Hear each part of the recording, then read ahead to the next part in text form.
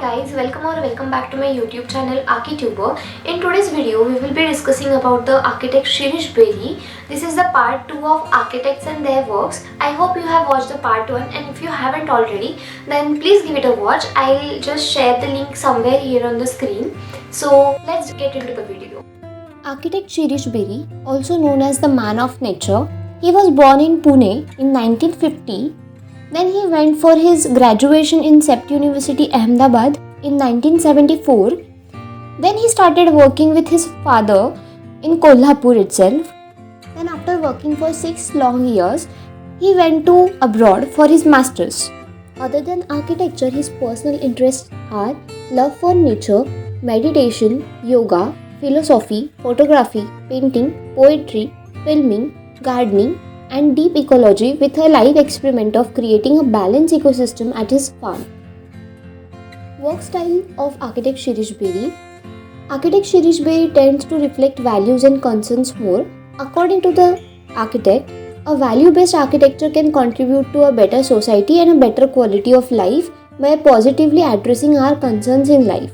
Sustainability, unity and harmony with nature, spaces inspired by nature, form follows nature, and organic spaces which are connected to nature. List of his major works. So Shirish Beri has completed 20 educational projects, 28 residential projects, 5 research projects, 10 health projects, and 10 public projects. Now let's talk about the case study, Andur Lake House. Andur Lake House is located near Kolhapur, and this beautiful property is a dream house for the one who loves nature.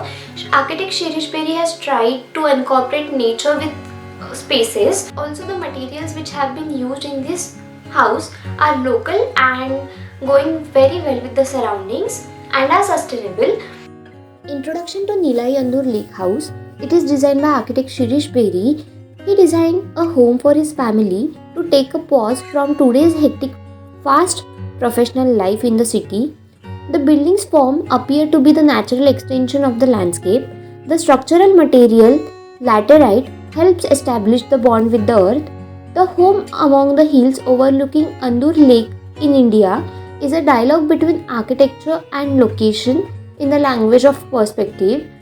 The built-up area for this house is only 140 square meter, where the plot size is 9,000 square meter.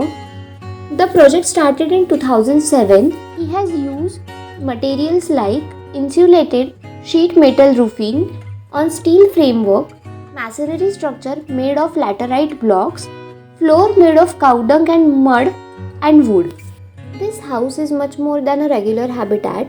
This house makes the lake an integral part of the design while fitting snug in the hill of slope. The built form of the house emerges from the lower level landscaping in the form of ascending laterite pillars. The orientation of the house not only gives excellent views, but it also brings in very good natural air. This creates good ventilation. It is open, holistic, unified space that connects people with nature. The search to establish harmony with the earth guides the architect towards the basic fundamental criteria of the sustainability. Ventilation is improved by the way of different rooms are connected, and the creation of air promoted by the presence of vegetation in all the rooms. Now coming to the planning.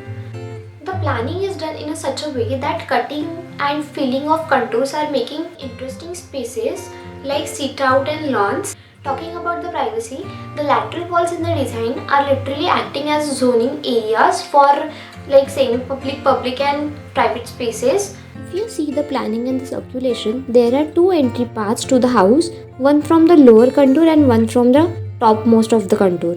And also the steps are provided from the side of the plot. The house is designed in such a way that you can have the view from all the 3 rooms. The planning is done with so much of openness that merges into nature, and it gives a feeling of openness and integral part of the nature. He has designed the house in 4 zones, which has kitchen utility on one side, dining on the one side with sit out lawn and entrance path, the living area with a view of lake and veranda, and a bedroom area is kept private with attached toilet. Also on the first floor, Considering the view only, he has planned a studio with a terrace, a bedroom with attached toilet. The first floor area has insulated sheet metal roofing on steel framework. Villa drama unfolds on the other elevations as one moves radially around the hilltop house. The plan fans out in a semicircle from its center at the peak, the main walls being radial arms that stretches outward and has a vista of lake view opening at its wider end. The house is so rooted to the ground, it stands on every brick and stone used in its building that it's almost as if an ancient cave in the undergrowth had suddenly been turned into an exciting, breezy, and comfortable homes. If you look at the sections also, the cutting and filling is so done beautifully that each area is catering different spaces and interesting spaces.